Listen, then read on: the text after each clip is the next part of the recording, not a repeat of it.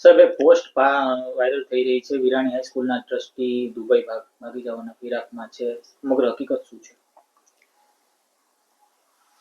Virani હાઈસ્કૂલના trustee જયંતિ રાજકોટિયા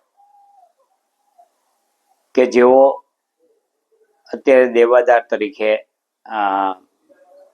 એમની post viral થઈ રહી છે.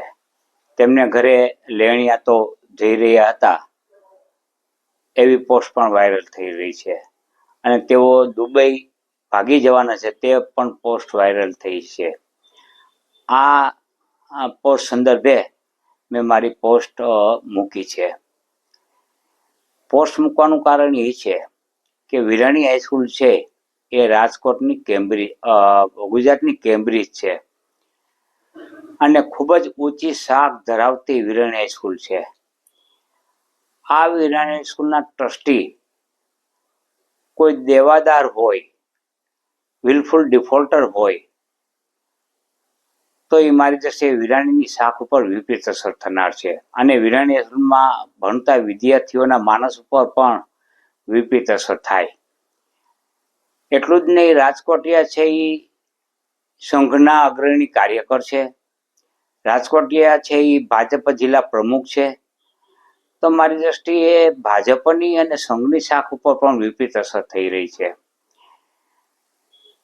તો આવા જે દેવાદાર ટ્રસ્ટીઓ છે તેને હાંકી કાઢવા જોઈએ, અને પક્ષમાંથી અને સંઘમાંથી પણ તેને હોદ્દેદાર તરીકે દૂર કરવા જોઈએ.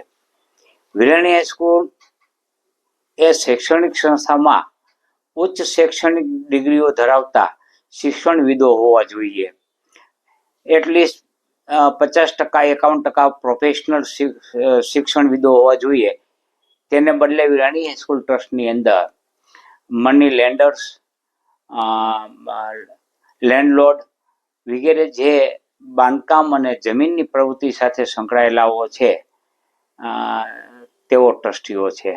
આપ જાણો છો કે અગાઉ વિરાણી હાઈસ્કૂલનું મેદાન વેચવાની પણ ફરિયાદ થઈ રહી હતી, અને તે વિરાણી હાઈસ્કૂલનું મેદાન વેચતું બચાવવા માટે વિદ્યાર્થીઓને ભારે જહેમત ઉઠાવી હતી, અને સરકારે પણ આ અંગે ત્વરિત પગલાં લઈ અને વિરાણી હાઈસ્કૂલનું મેદાન વેચાતું બચાવવા માટે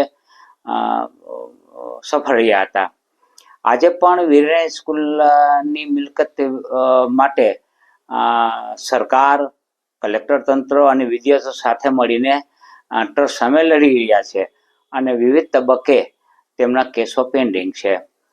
એટલે મારી દ્રષ્ટિએ કોઈ પણ ટ્રસ્ટની અંદર ટ્રસ્ટીઓની શાખ ઉચ્ચતમ હોવી એ ખૂબ જ જરૂરી છે. બસ આ બાબતે મેં પોસ્ટ કરી હતી.